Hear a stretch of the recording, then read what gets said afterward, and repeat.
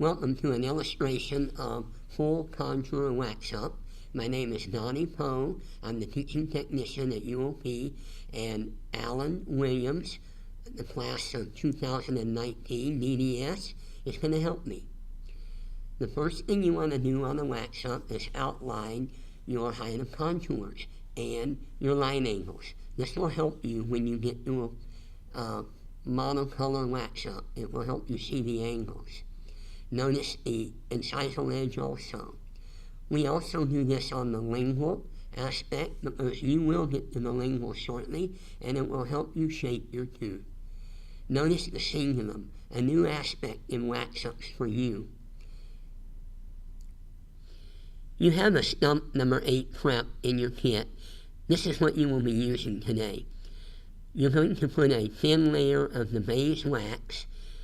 Using a mono wax color, you will be able to see the detail of the line angles and the height of contour much easier. Starting with the thin layer of wax on your prep stub, you will notice from this point on, it will be much easier for you to continue your wax up.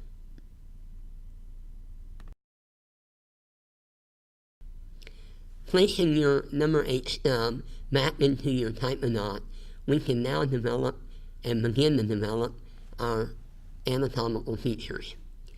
The first thing we want to do is make 2 cones that reach up to the contact areas of our adjacent teeth. The cones need to be self-supporting because you will be removing this wax up. Now we're going to start the middle lobe of the number 8 central and reach up into the incisal aspect of the tooth. Our central incisors, if you notice on number 9, have 3 lobes and 2 depressions. They are the mesial and distal lobe and the central lobe and a depression in between each one. I'm also developing the height of contour for the full length of the tooth. Shortly we will turn the tooth on a different angle and you will notice. The pencil is a good way to show you if you've reached the incisal length of your desired wax up. You want to hold the pencil on the same edge as the adjoining central so that you can see if you've reached the desired length. One thing you can notice about this wax up too is I'm having a little difficulty controlling my wax because I'm a little bit, electric waxing instrument is a little bit hot. These are the things you need to watch for when you're doing your wax up. Notice this aspect right here. When I add the wax, I can't get it to connect. That tells me that my instrument is a little too warm. Letting the wax application cool briefly in between adding more will keep it from running away from you. Notice the incisal edge now is a little short. We'll come back to that. This angle also starts to show you the inclination of the height of contour. Obviously I need to add more at the cervical area, and from this viewpoint it looks like the incisal edge is facially oriented. Developing line angles to shape to the tooth next to it will make it look more like a mirror image of that tooth. And in the centrals, that is a very important aspect of aesthetics. Taking the tooth out of the type of knot, we can begin to develop the proximal area and the proximal contact. Letting it cool a second before we put it back into the model will keep you from pushing that wax out of the way. Do the distal and then do the mesial. And again, let the wax chill momentarily before you put it back into the model. Continuing to develop our axial contours, we will work with line angles to shape a mirror image of number 9, and we will also work with our height of contour. Develop the cervical edge and check by rotating your model in different angles. From this angle, you can truly see the height of contour and the issues that need to be addressed. The cervical area needs to be brought out more, and the incisal edge seems to be out more labially. These can be adjusted by using your electric waxer and lightly moving or slightly carving away to shape the tooth. Going to the lingual aspect, we will start developing lingual marginal ridges. Marginal ridges mirror the adjacent tooth and will be used in occlusion if the adjacent tooth has occlusion. This is what we will check when we close the type knot. We continue developing the lingual aspect by adding a cingulum. The cingulum is more distal lingual than mesial lingual. This will help you place it. We continue adding to marginal ridges and line angles to develop the contour. Closing the type knot, we will look for occlusion.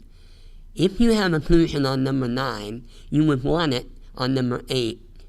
If you do not have occlusion on number 9, you want to mirror number 8 to reflect that.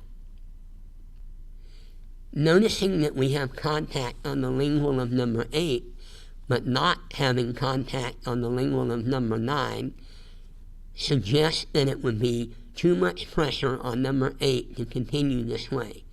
We will shape the lingual of number 8 slightly out of occlusion in MI to reflect number 9. As you start moving in the protrusive movement, we will probably connect at the incisal edge of number 8 and 9 simultaneously. Letting the lingual chill and cool just a little, we will move back to the facial aspect and start our fill-in. Remember that you have 3 lobes, mesial, distal, and facial lobe, and you have 2 depressions. These are the anatomical features of the facial aspect of the number 8 wax-up. Again, checking occlusion, notice that there is no function on number 9, but we do have it on number 8. Waxing while being videotaped keeps me from focusing on the actual waxing aspect, so I would like to point out a few things that I've noticed that you need to be able to look for and correct yourself during your wax-up. Looking at embrasures from a facial aspect, number 8 is supposed to be a mirror image of number 9. Looking at the incisal, the mesial incisal embrasure, the shape is in the right spot, but the incisal edge is too short, and it's more of a rounded shape. It should be a little bit more square, like the number 9. Now looking at the distal incisal embrasure, the shape is correct. The incisal edge of this number 8 wax-up, though, is more rounded. It should be flatter on the incisal edge. We'll talk about that again in a few moments. And now looking at the distal cervical embrasure, we can see that without the interdental papilla, it makes it very difficult to follow the emergence profile. The length of this preparation also makes it more difficult to follow the same emergence profile. And now moving to the mesial cervical area, the height of contour of that profile looks very good. Notice that the interdental papilla would show you a lot more information. And now looking at the overall shape of the tooth in general, number 8 appears to be more ovoid. Number 9 appears to be more rectangular. What will help correct this is if we had a more cervical margin, we would have more room to extend the length of this tooth. And if we went to the incisal edge and flattened out the incisal edge, this tooth would start to look more rectangular and less ovoid. As we rotate the tooth around, we can check for facial contours and facial profile. From this view, you can see the cervical area of number 9 and the shape going back into the mouth, but I cannot see the incisal edge. This is a distal view. It would be good if we look from every angle.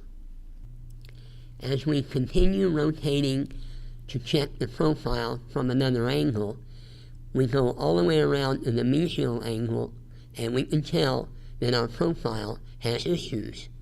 The incisal edge from this angle looks more rounded, and as we continue on, we will see now that we have lost the cervical area, but our incisal angle is still sticking more labially into the profile. Viewing from the incisal edge, I can see embrasures on the mesial and distal shaped very similar to number 9. This is a self-cleansing aspect. The incisal edges fit within the arch.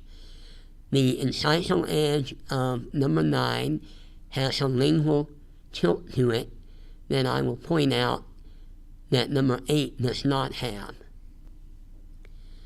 From the incisal view, I also noticed that the mesial facial profile of number 8 does not reflect and mirror number 9.